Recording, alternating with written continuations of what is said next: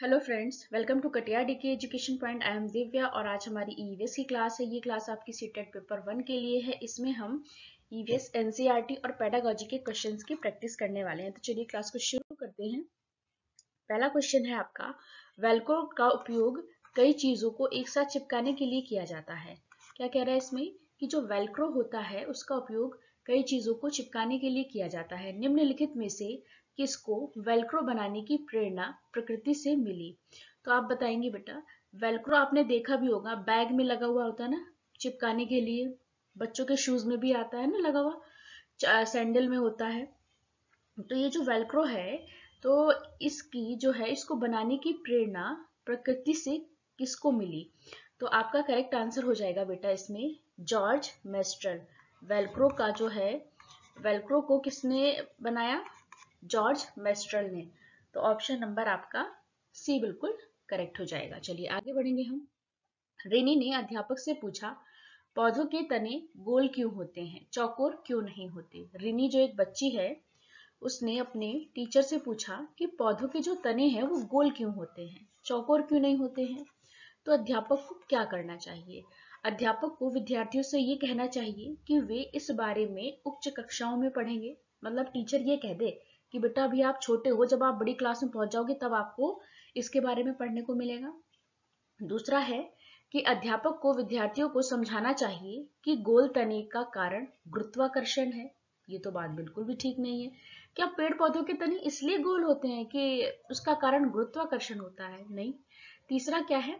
अध्यापक को विद्यार्थियों से तने के गोल आकार होने के कारण सोचने के बारे में कहना चाहिए। ये बात बिल्कुल ठीक है। अब यहाँ पे क्या हुआ कि आपने बच्चे को एक्टिव कर दिया। अब बच्चा सोचेगा, वो ढूंढेगा, है ना, और लोगों से पूछेगा, अपने घर में पूछेगा। तो आपने क्या किया, बच्चे को एंगेज कर दिया कि आप खुद इसके कारण पता करें कि जो पेड़ के तने हैं वो गोल आकार के क्यों होते हैं।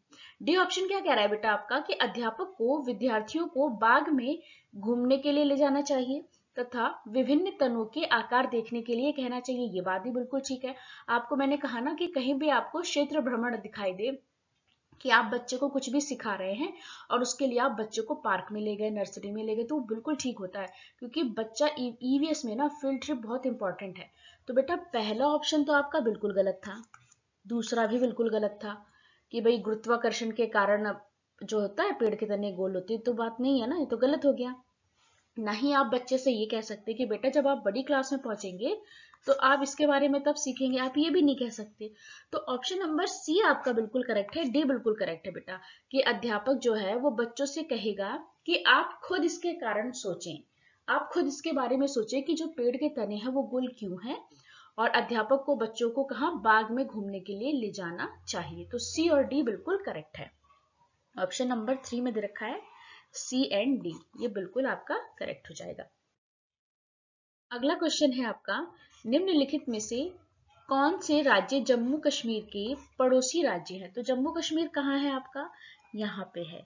आप लोग ना बेटा डेली एक बार, दिन में एक बार आप जरूर मैप को देखें ताकि आपको पता चल जाए कि कौन सा राज्य कहाँ है, क्योंकि जब आप एग्जाम में बैठे होंगे ना बेटा तो वहां आपको ऐसे मैप नहीं मिलेगा। ये तो मैंने यहाँ पे लगा दिया साइड में ताकि आपको आसानी से समझ में आ जाए। चलिए, तो जम्मू कश्मीर के पड़ोसी राज्य बेटा उत्तराखंड, यहाँ क्या है, उत्तराखंड और राजस्थान। अब देखिए आप, उत्तराखंड तो है यहाँ पे, राजस्थान तो है यहाँ पे, तो क्या ये पड़ोसी राज्य हैं? नहीं है। हिमाचल प्रदेश, हिमाचल प्रदेश तो है। दूसरा उत्तराखंड, ये भी गलत हो गया। तीसरा क्या है, हिमाचल प्रदेश और पंजाब। हिमाचल प्रदेश ये रहा, पंजाब ये रहा, यही ऑप्शन आपका बिल्कुल ठीक है, ऑप्शन नंबर सी। डी में क्या कह रखा है, हिमाचल प्रदेश और उत्तर प्रदेश। बेटा उत्तर प्रदेश तो ये है, तो ये तो नहीं हो सकता ना। चलिए, तो ऑप्शन नंबर 3 सी आपका करेक्ट हो जाएगा, हिमाचल प्रदेश और पंजाब। चलिए आगे बढ़ेंगे हम। प्राथमिक स्तर पर ईवीएस सीखने के लिए वास्तविक चुनौती। अब बताइए, प्राथमिक स्तर पर ईवीएस सीखने के लिए प्राथमिक चुनौती क्या है? परिभाषाएं और जानकारी, बिल्कुल गलत। मैंने आपसे कहा जहां कहीं भी आपको परिभाषाएं दिख जाए या रटकर सीखना दिख जाए, ये हमेशा ही गलत होते हैं। अवधारणाओं का विवरण, ये भी नहीं होगा बेटा। प्राथमिक स्तर पर ईवीएस सीखने के लिए वास्तविक चुनौती क्या है कि बच्चे को जो है वो बच्चे के लिए खुद को अभिव्यक्त करने का अवसर। क्या है कि बच्चे के लिए खुद को अभिव्यक्त करने का अवसर। ऑप्शन नंबर डी आपका बिल्कुल करेक्ट हो जाएगा। चलिए आगे बढ़ेंगे हम। आबू धाबी के विषय में सही कथन चुनिए। आबू धाबी के बारे में जो सही कथन है उसको चुनना है। यह एक रेगिस्तानी इलाका है, बिल्कुल ठीक बात है। आबू धाबी एक रेगिस्तानी इलाका है, बिल्कुल ठीक बात है। आबू धाबी में पानी जो है वो पेट्रोल से महंगा है, ये बात भी बिल्कुल ठीक है। यहाँ की जो स्थानीय भाषा है वो क्या है, अरबी है, बिल्कुल ठीक है। आबू धाबी की मुद्रा को दिनार कहते हैं, ये बात बिल्कुल गलत है बेटा। आबू धाबी की जो मुद्रा है उसे क्या कहते हैं, दिरहम कहते हैं, तो ये गलत हो गया आपका। ए बी सी आपका बिल्कुल करेक्ट हो गया। Option number 1 A B C आपका करेक्ट हो जाता है। चलिए आगे बढ़ेंगे हम। एक ग्रामीण विद्यालय की अध्यापिका भोजन संरक्षण की तकनीकियों का शिक्षण दे रही है, उसके लिए उत्तम युक्ति होगी। पहला ऑप्शन है अपने आप विभिन्न संरक्षण विधियों के प्रतिरूपों का चार्ट बनाकर उसका उपयोग करें। दूसरा क्या है, भोजन के उन नमूनों का प्रदर्शन करना जिन्हें संरक्षित किया जाता है। तीसरा, विभिन्न संरक्षण विधियों का पावर पॉइंट प्रस्तुतिकरण करना या छोटे छोटे वीडियो क्लिप दिखाना बच्चों को। डी ऑप्शन है बेटा आपका अड़ोस पड़ोस में क्षेत्रीय भ्रमण का आयोजन करके घरों में उपयोग होने वाली संरक्षण विधियों का अवलोकन करना। देखो मैंने आपको क्या बताया था बेटा, जहां कहीं भी क्षेत्र भ्रमण आ जाए, आप ये बताइए कि टीचर ने क्या किया कि भोजन के जो संरक्षण की विभिन्न विधियां हैं उनके प्रतिरूपों का चार्ट बना दिया, मतलब चार्ट का बनाकर उसका उपयोग किया, तो ये ठीक है? नहीं, ये तो टीचर ने किया, बच्चा कहाँ इसमें शामिल है। दूसरा, भोजन के उन नमूनों का प्रदर्शन कर दिया जिन्हें संरक्षित करना है ना, ये भी नहीं ठीक है।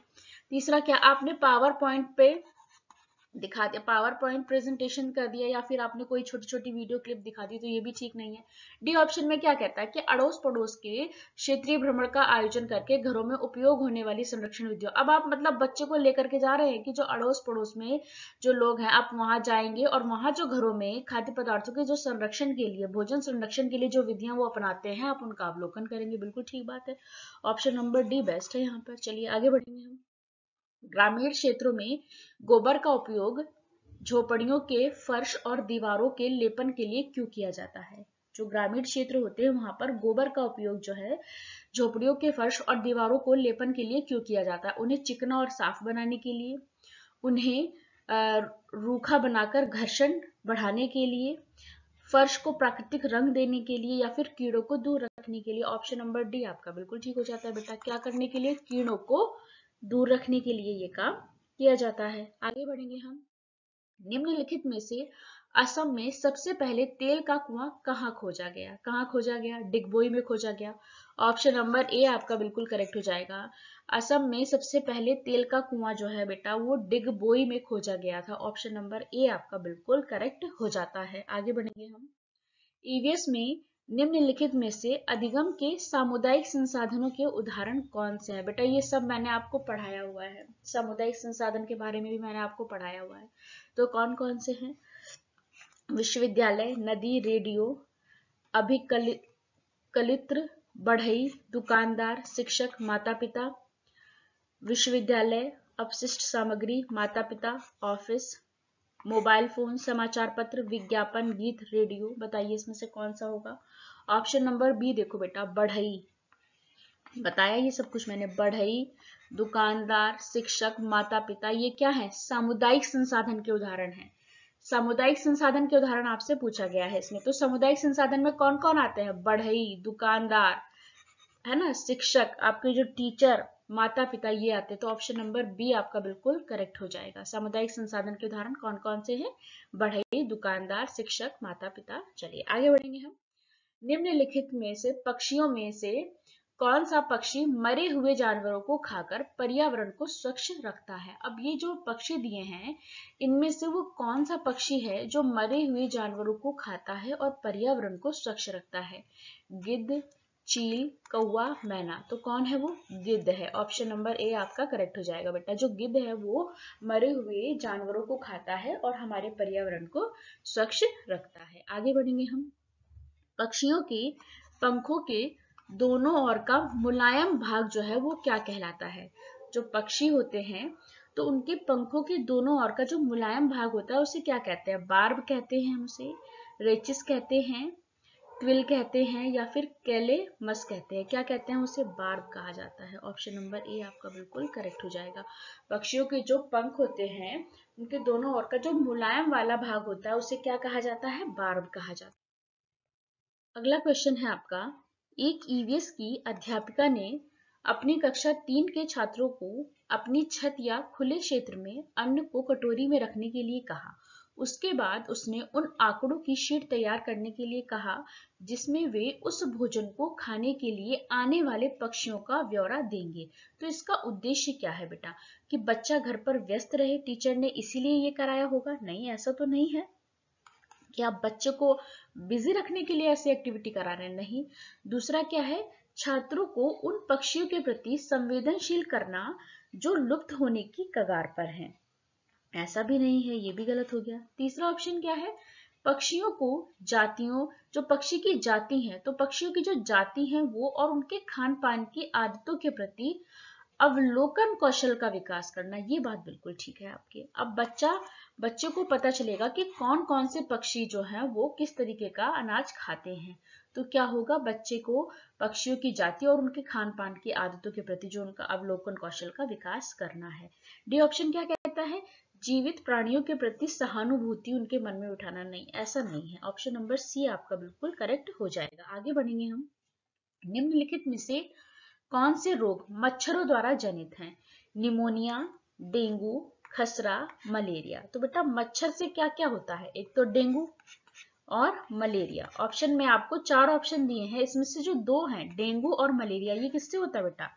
डेंगू ऑप्शन नंबर बी और मलेरिया ऑप्शन नंबर डी, ये किससे होते हैं बेटा?